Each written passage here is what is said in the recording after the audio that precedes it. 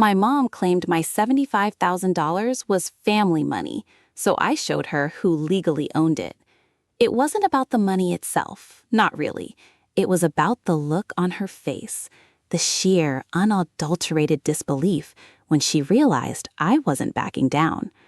It was a Tuesday in late October, the kind of day where the sky had that bruised, almost purple quality, threatening rain but holding back.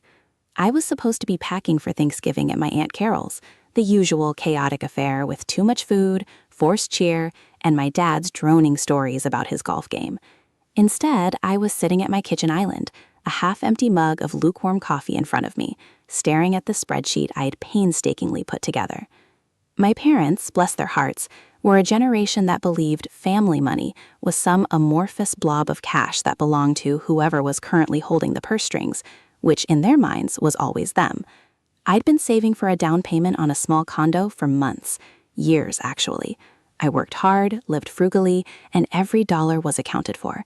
It was a disciplined, almost monastic existence. Late nights at the firm, skipping happy hours, making my own lunch every single day. It added up. I'd finally hit that magic number, the one that felt like freedom, $75,000. Enough for a modest place in a decent neighborhood, a place that would be mine, truly mine. No roommates, no sharing, just mine. The plan was to surprise my parents with the news, maybe ask them for some pointers on mortgages. I imagined a proud nod from Dad, a teary hug from Mom. That was my naive 28-year-old self talking, the self who hadn't yet encountered the full, breathtaking force of familial entitlement. It started innocuously enough, as these things always do. Mom called while I was at work. "Honey, can you swing by tonight? I need to talk to you about something important." Her voice had that slightly saccharine lilt, the one that meant she was about to ask for a favor or deliver some mild form of guilt. "Sure, Mom, everything okay?" "Oh, just things.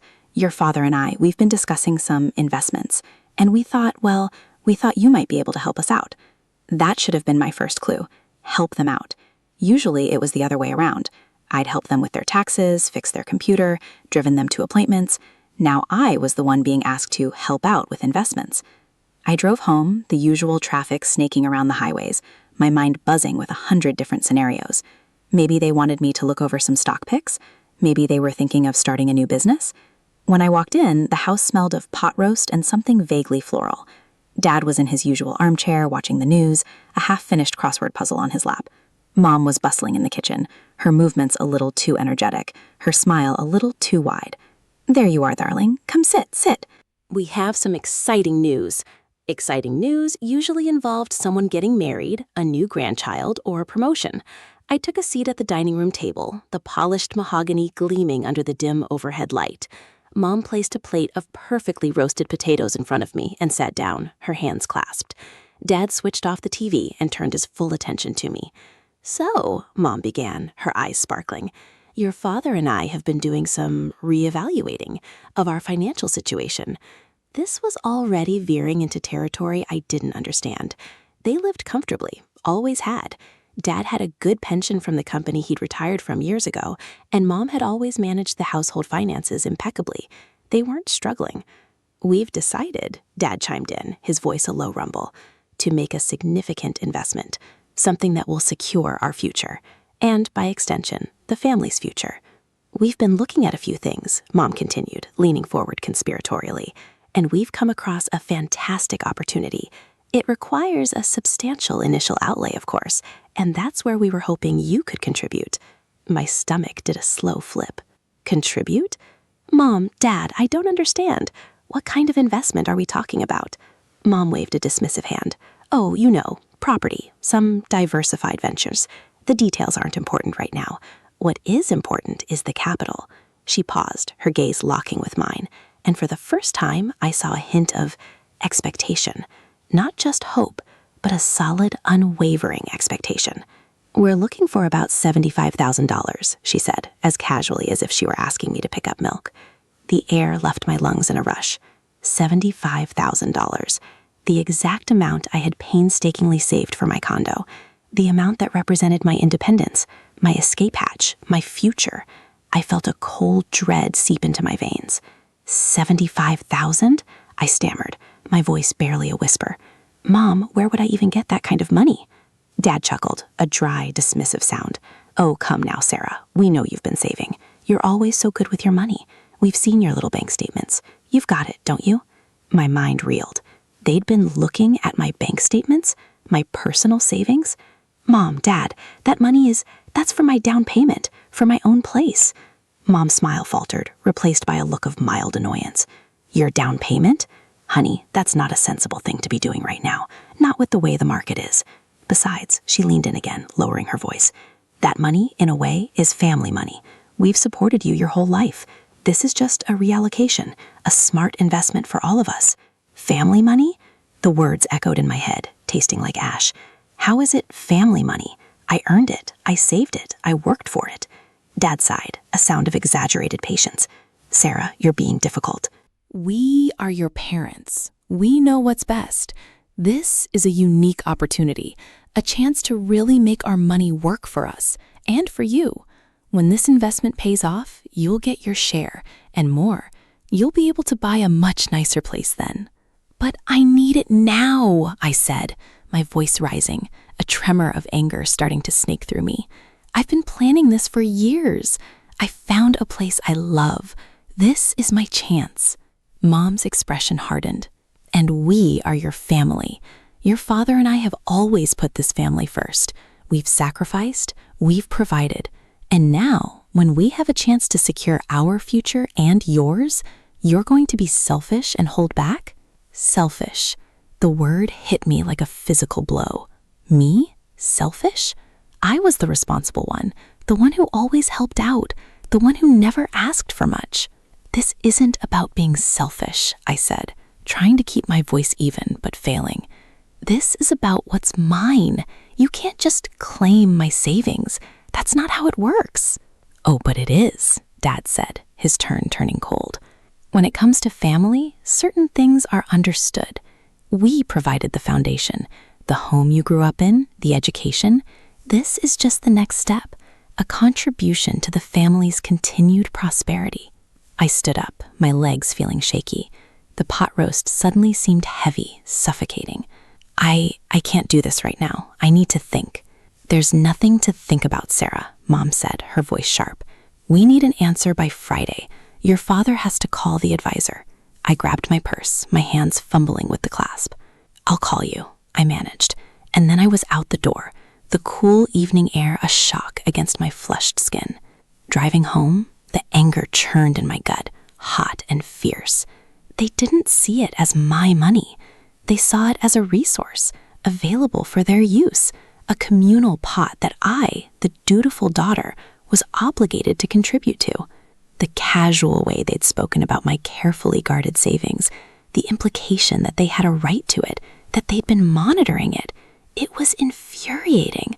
And the sheer audacity of their demand. I spent the next few days in a haze of disbelief and simmering rage. I couldn't bring myself to call them back. Every time I thought about it, that word, family money, would claw its way back into my mind. It was an entitlement, a presumption that my life, my choices, my hard-earned achievements were somehow extensions of their will, their plans. I tried to talk to my friend Chloe about it. She listened patiently over overpriced lattes, her brow furrowed. That's insane, Sarah. They can't just do that. It's your money, your savings. I know, I'd practically wailed, but Mom kept saying family money, like it was some kind of obligation. And Dad was all about the family's continued prosperity. They truly believe they have a claim. Well, they don't, Chloe said firmly. Legally, it's yours. You saved it. It's in your account. Legally. The word sparked something. I'd always been a rule follower, a good girl. But this felt like a line had been crossed, a boundary bulldozed. I looked at the condo listing again, the little virtual tour playing on my laptop. It was perfect. Small, yes, but with a tiny balcony overlooking a park, hardwood floors, and a kitchen I could actually cook in. It was the symbol of my independence, my carefully crafted future. The thought of them draining that future for their investments, whatever they were, made me feel physically ill. I avoided them. I let calls go to voicemail. I sent terse texts. The tension in the family group chat became palpable. My Aunt Carol, ever the peacemaker, tried to mediate, her messages filled with gentle nudges and thinly veiled criticisms of my stubbornness. Then came the email from my parents' lawyer. Not my lawyer, their lawyer. It was a formal request, phrased in polite but firm legal language, outlining their proposed family investment initiative and requesting my participation by way of a significant capital contribution from my personal savings. It mentioned interfamilial financial planning and shared future security. It was a legal document, confirming their intent, dressed up in familial jargon. I stared at the email, my hands trembling. This wasn't just a misguided request anymore. This was a formal, calculated move. They weren't just asking, they were trying to leverage their authority, their position as my parents, to seize control of my money. The feeling of humiliation washed over me, the sting of being treated like a child, like a pawn in their financial game. The pride I had felt in my savings, in my independence, curdled into a bitter resentment. They wanted my money? They wanted to control what was mine? Fine, maybe it was time I stopped being the good daughter. Maybe it was time I showed them the meaning of legally owned. I closed my laptop, the screen reflecting my own grim determination. I wasn't going to beg. I wasn't going to argue.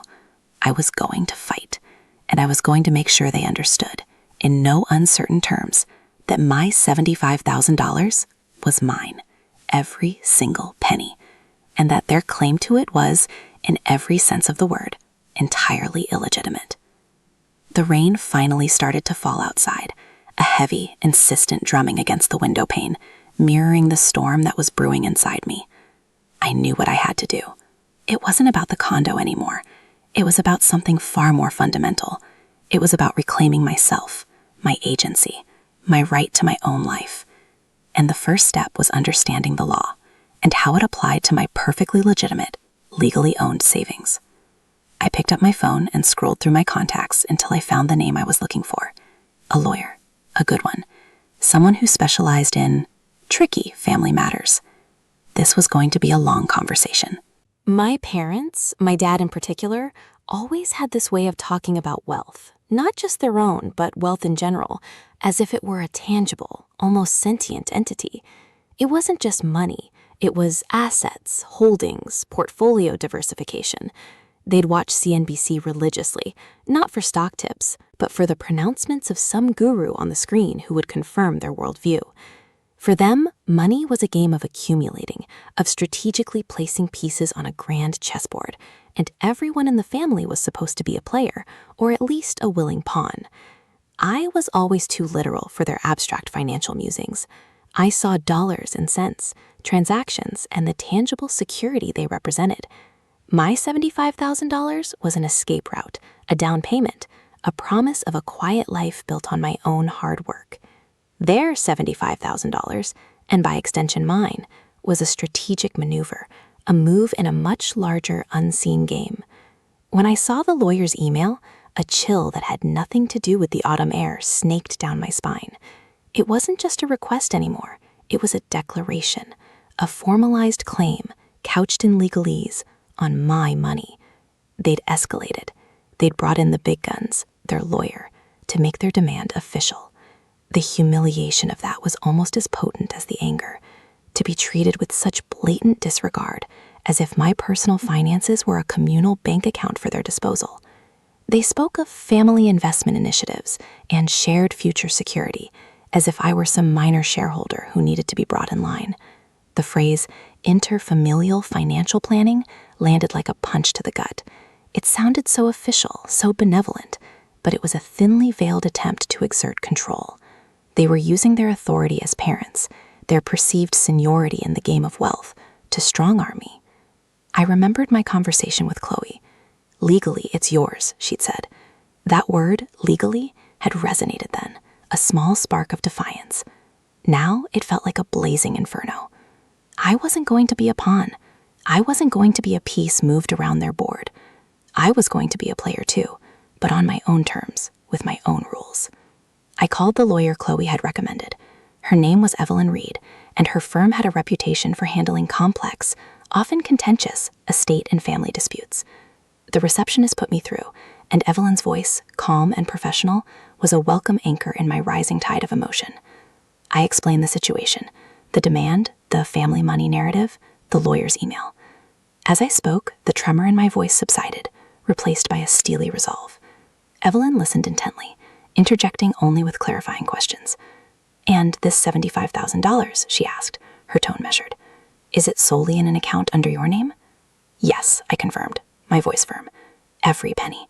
I opened a high-yield savings account specifically for this down payment years ago." I've been contributing to it consistently from my salary, and I've tracked every deposit and withdrawal meticulously.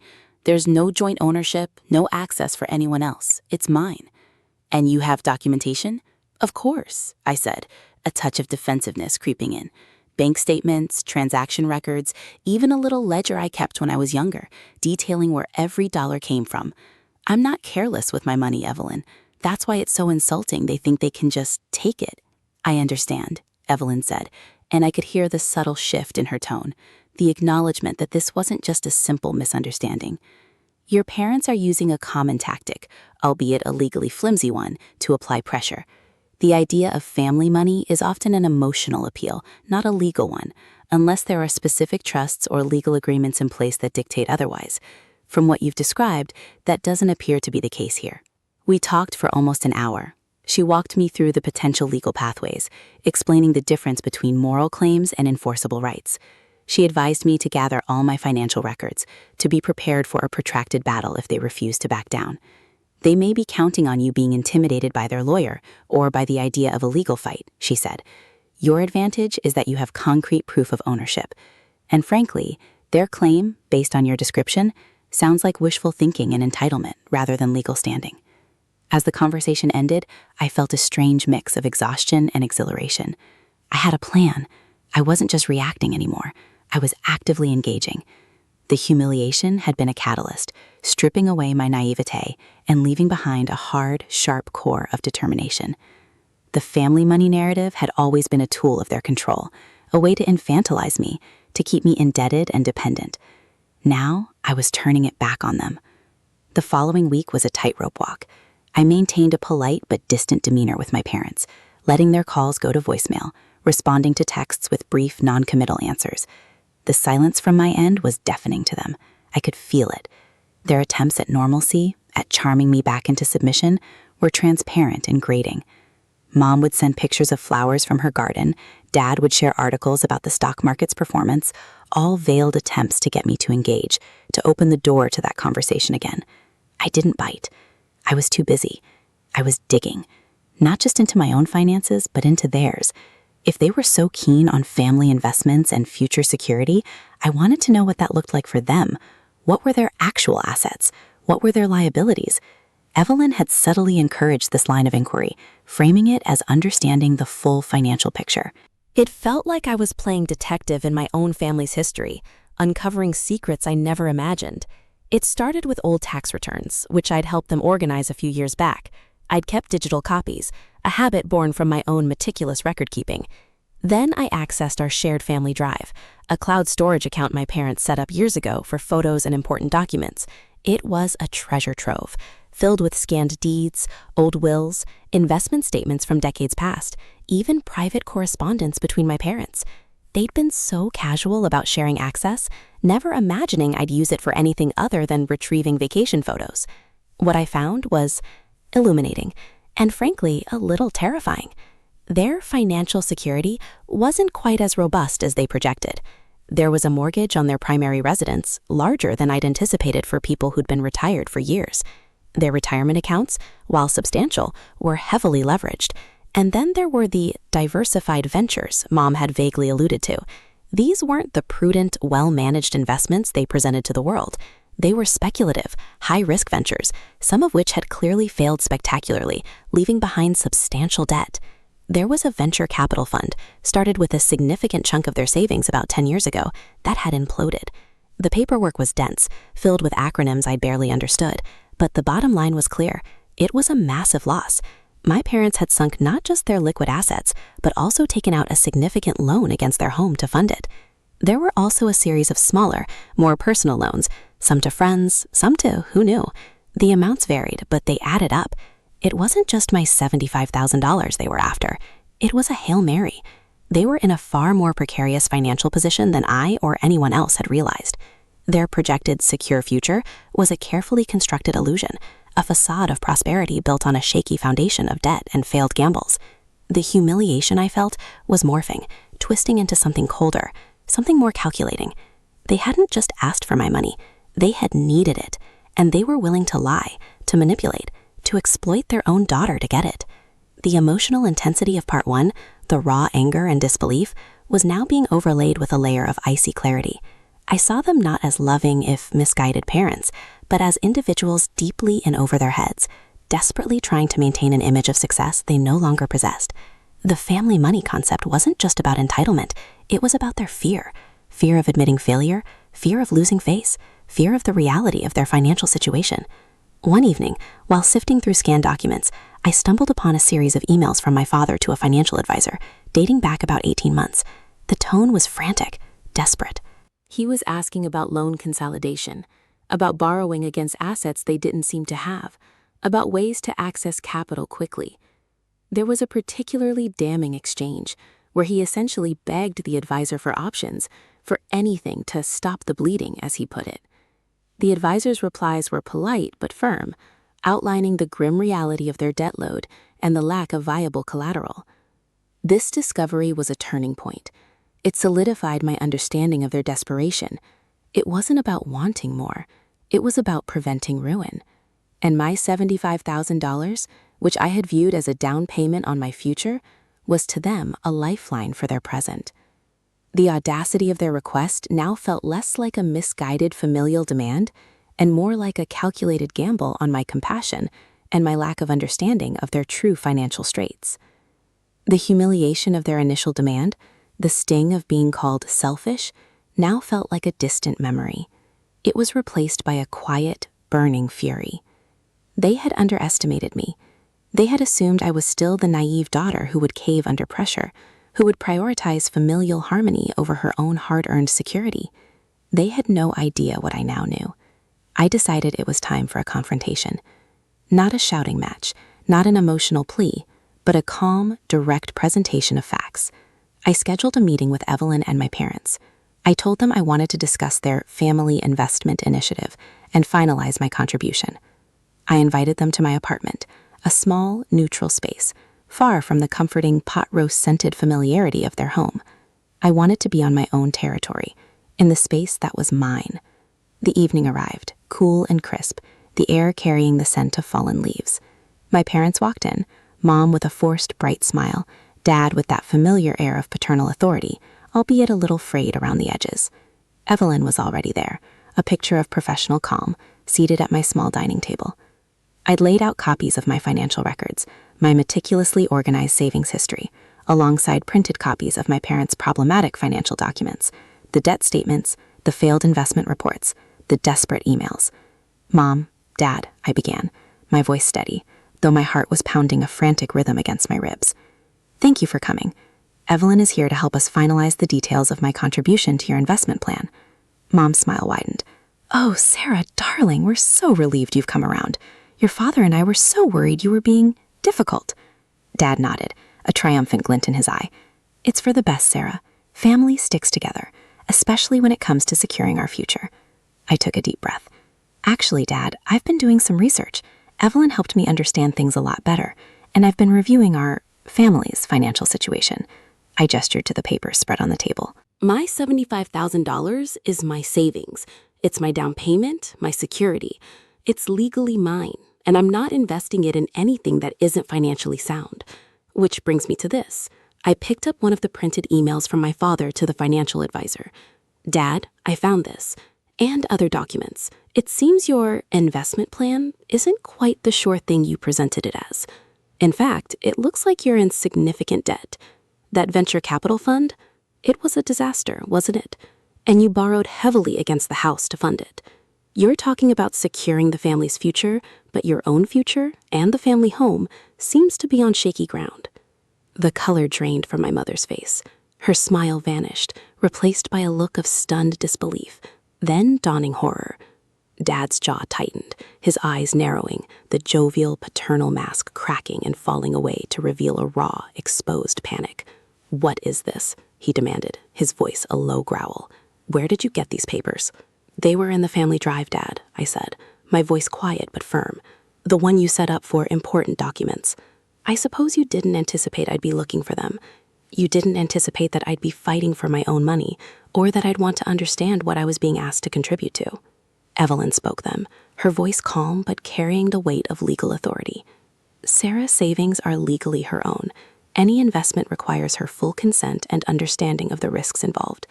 Based on the information Sarah has uncovered, her $75,000 would be a significant risk if invested in the ventures you've outlined, particularly given your current financial obligations." My mother stood up abruptly, her hands fluttering nervously. "This is a misunderstanding. Sarah, darling, you don't understand the complexities. Your father and I have always made prudent decisions." "Prudent decisions?" I cut her off, the years of suppressed frustration bubbling to the surface. "Mom, you called my savings family money. You tried to guilt me into giving it up, into believing it was my obligation. You presented a false narrative of financial security to hide the fact that you're in trouble. You don't want my money to invest. You want it to bail yourselves out." The air in the small apartment grew thick with unspoken accusations. My mother looked at me, her eyes wide and glistening, not with tears of remorse, but with a desperate, cornered fear. My father remained frozen, his face a mask of disbelief and growing anger. "You think you can just walk in here and accuse us?" he spat, his voice laced with venom. "After everything we've done for you, given you a home and education?" "And I'm grateful for that," I said, my voice dangerously low. "But that doesn't give you the right to my future. That doesn't give you a claim on my hard-earned money. You asked for a contribution, and I'm giving you one. I'm contributing the truth." Your investment initiative is a desperate attempt to stave off financial ruin, and I'm not going to be a casualty of your failed gambles. I pushed the stack of documents towards them, my hand shaking slightly, not from fear, but from the sheer, raw intensity of the moment. "This is what you're investing in, Mom. This is the reality. My $75,000 is mine, and if you try to claim it, legally, I will fight you. Because that money represents my independence, and I will not let you take it away." My mother let out a small, choked sob. My father stood rigid, his face ashen, the illusion of control shattered. Evelyn watched them, her expression unreadable, a silent witness to the implosion of familial pretense. The silence that descended was heavy, suffocating, broken only by the distant hum of traffic outside and the frantic beat of my own heart. I had laid bare their secrets, their desperation, and in doing so, I had irrevocably changed the dynamic. The game had shifted, and they were no longer the only players who knew the stakes. The look on their faces, a mixture of shock, humiliation, and a dawning realization of their own vulnerability, was more satisfying than any money could ever be. It was the look of people who had finally understood that their little girl had grown up, and she was no longer playing by their rules. The cliffhanger was their silence, their stunned, defeated silence, and the terrifying uncertainty of what they would do next. The silence in my apartment stretched, thick and suffocating, punctuated only by the ticking of my kitchen clock, each second a tiny hammer blow to the fragile remnants of my parents' composure. Mom was staring at the papers, her eyes wide and unfocused, as if the numbers and words were a foreign language she couldn't comprehend. Dad, usually so quick with a retort, so full of bluster, was a statue of disbelief, his face drained of color, his mouth slightly agape. Evelyn, ever the professional, remained seated, her gaze calmly sweeping over them, her presence a quiet but undeniable testament to the gravity of the situation. This was it, the moment of reckoning I'd both dreaded and anticipated.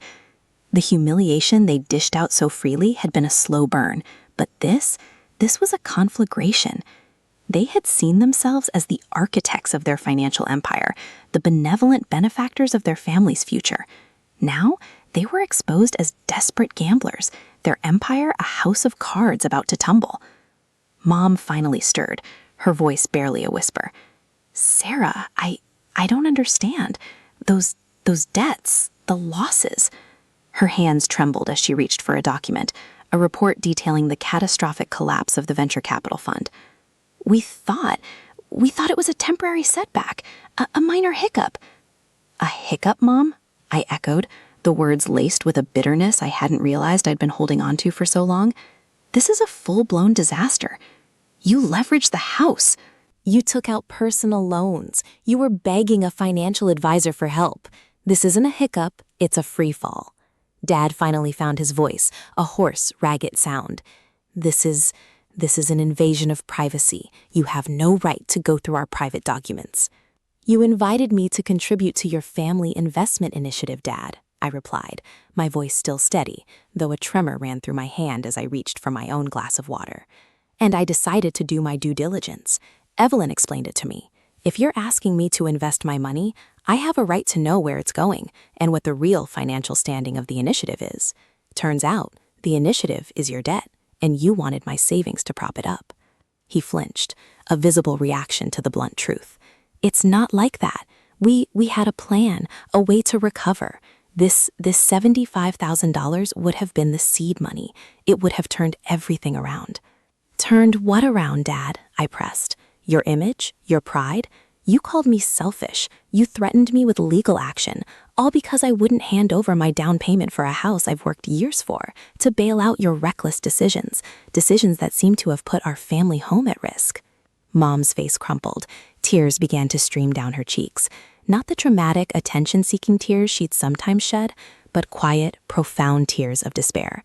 We didn't want to worry you, Sarah. We thought we could fix it before you ever needed to know. Your father, he felt so responsible. We got in too deep. So you lied to me, I stated, not as an accusation, but as a simple, irrefutable fact. You lied about the family's financial health. You lied about the purpose of this investment. You manipulated me.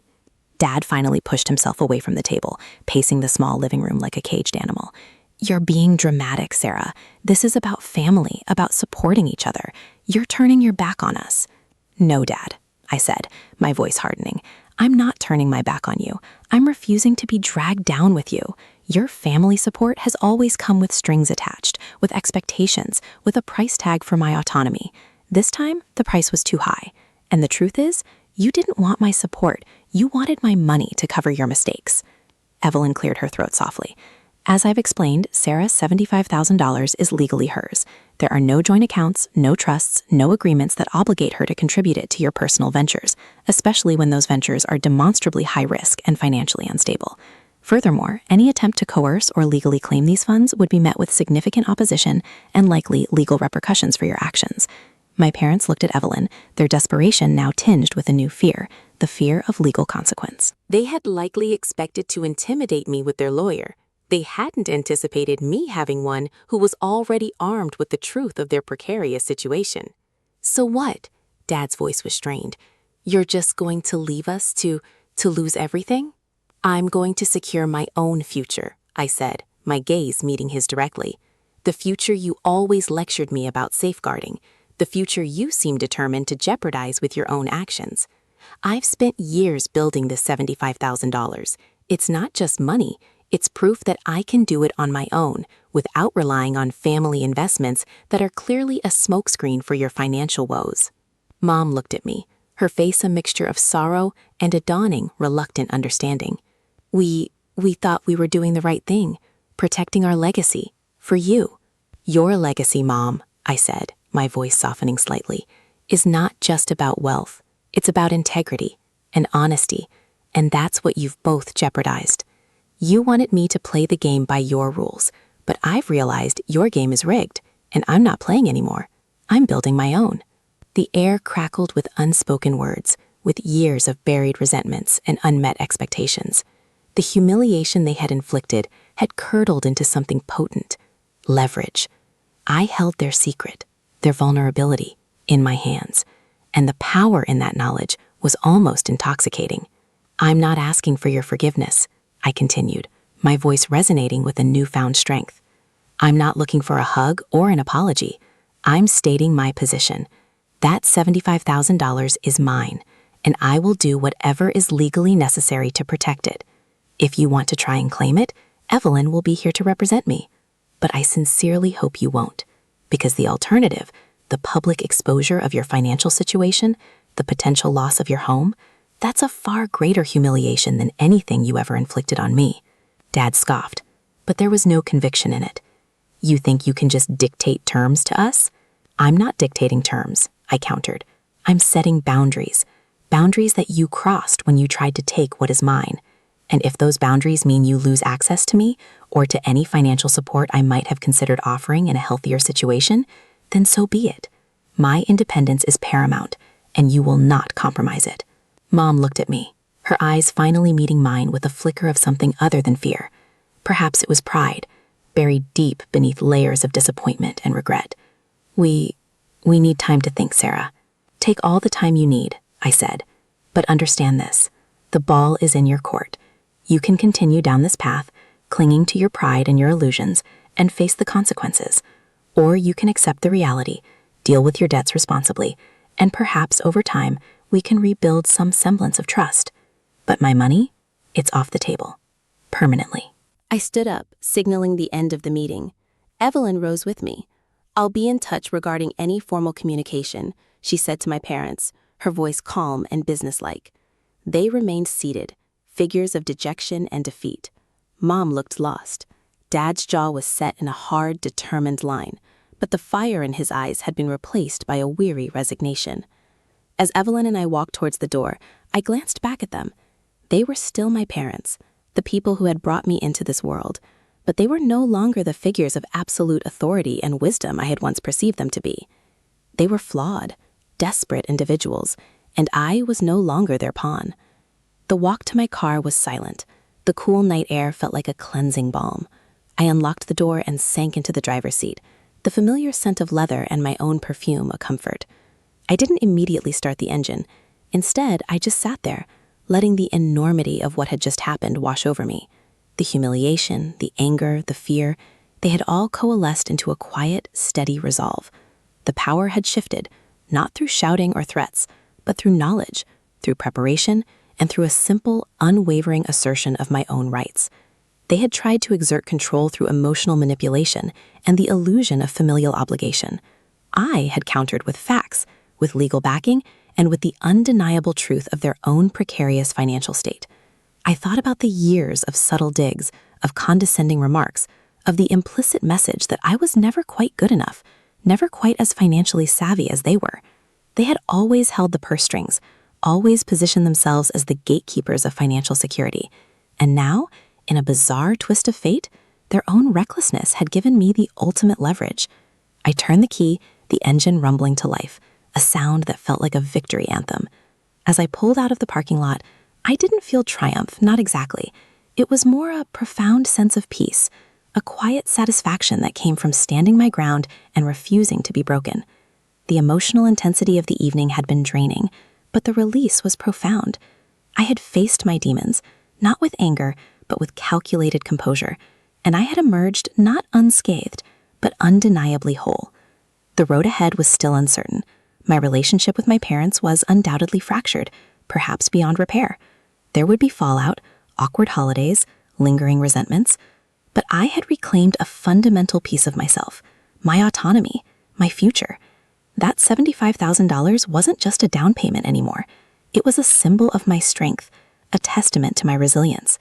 It was the foundation of a life built on my own terms, free from the suffocating expectations and manipulative tactics of those who had once claimed to love me unconditionally, but had, in the end, only sought to control me. The silence in the car was no longer heavy.